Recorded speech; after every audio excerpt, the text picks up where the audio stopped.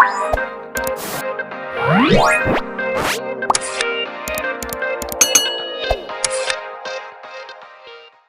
হ্যাঁ, লম্ব অতি সাইন, ভূমি অতি পাস, লম্ব ভূমি টেনে অঙ্ক করতে বস। আসসালামু আলাইকুম। পেজ নম্বর কত? 295। তাহলে ত্রিকোণমিতি মানে কি বলেছিলাম? ত্রি মানে তিন, কোণ মানে কোণ, মিতি মানে পরিমাপ, মানে হচ্ছে তিন কোণের পরিমাপ। তাহলে আমরা বুঝতে পারছি তিন কোণ কার আছে? তিন কোণ আছে ত্রিভুজে। তাহলে ত্রিকোণমিতি মানে মূলত হচ্ছে ত্রিভুজ নিয়েই পর্যালোচনা। কি নিয়ে আলোচনা? এবার পার্টিকুলারলি কোন ত্রিভুজ? সমকোণী ত্রিভুজ। তাহলে ত্রিকোণমিতি মানে আলোচনা হবে কি ত্রিভুজ নিয়ে? সমকোণী ত্রিভুজ নিয়ে আলোচনা হবে। আচ্ছা, তাহলে আমরা একটা সমকোণী ত্রিভুজ সম্পর্কে ভালো করে আগে একটু জ্ঞান নিই। ভালো করে দেখো। তাহলে ধরে নাও আমি একটা ত্রিভুজ নিলাম এ বি সি, আমি মনে করে নিচ্ছি বি কোণটা হচ্ছে 90 ডিগ্রি। তাহলে আমাদের এ আর সি কোণ হবে সূক্ষ্ম কোণ। এ কোণ আর সি কোণকে কি বলা হবে? সূক্ষ্ম কোণ, তাই তো? তাহলে যদি এ আর সি সূক্ষ্ম কোণ হয়, তাহলে এই কোণটা আর এই কোণটার পরিপ্রেক্ষিতে এই দুটো বাহুর নাম নির্বাচিত হয়। আর এটা সবসময় কি বলা হয়? এটাকে অতিভুজ বলা হয়।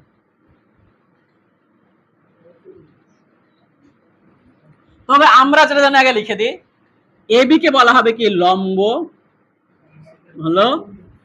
আর এসি তে জানলে আমরা কি বলা হয়? অতিভুজ। আর বিসি কে বলা হয় কি? ভূমি, তাই তো? কিন্তু এই ধারণাটা মানে সম্পূর্ণ ঠিক নয়। এটা লম্ব এটা ভূমি, এই ধারণাটা সম্পূর্ণ ঠিক নয়। এটা লম্ব ভূমি এটা হবে কি করে? এটা নির্ভর করে থিটা কোণের উপর নির্ভর করে। কিসের উপর নির্ভর করে? থিটা কোণের উপর। এটা আমি একটু পরে বলবো।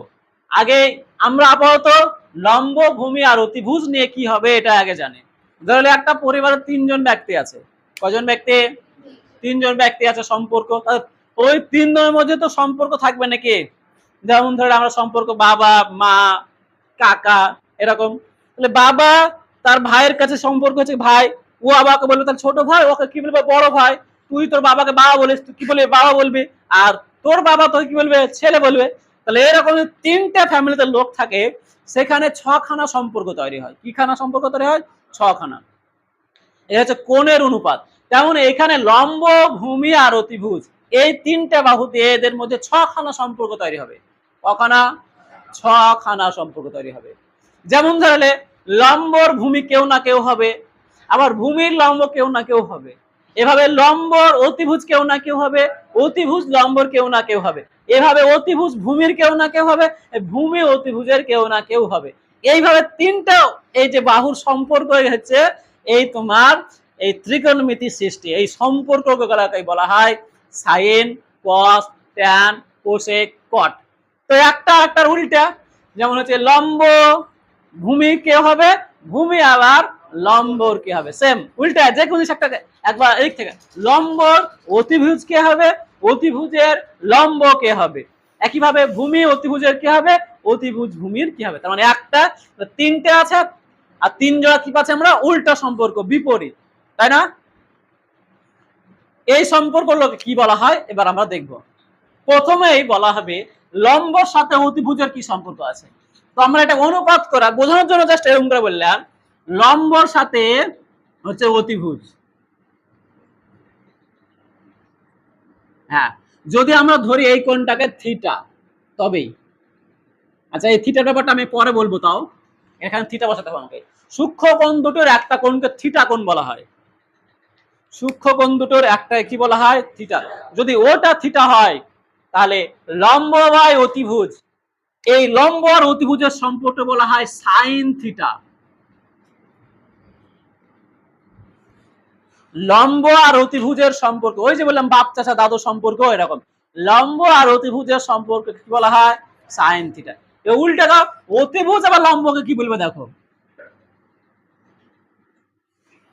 অতিভুজ বাই লম্ব, এটাকে বলা হবে কোসেক থিটা।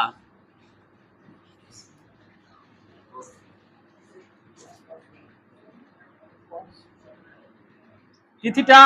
Cosec theta. তাহলে একই রকম ভাবে তাহলে এই দুটো বিপরীত হলো, তাই না? এবার ভূমির সাথে অতিভুজের সম্পর্ক আছে বের করে নেব আমরা। ভূমি বাই অতিভুজ সমান এই ভূমি আর অতিভুজের হয় আব্বু, সরি না, কস থিটা। কি বলা হবে? কি বলা হবে? Cos theta.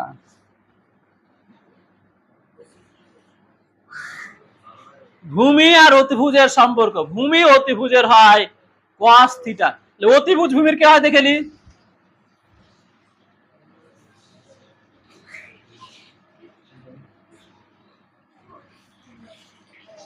অতিভুজ ভূমির হবে সেক থিটা।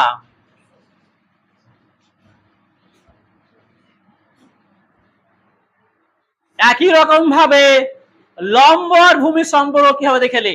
লম্ব ভূমির কে হয়? লম্ব ভূমির হবে ট্যান থিটা। আর ভূমি লম্বর হবে কে দেখেলি?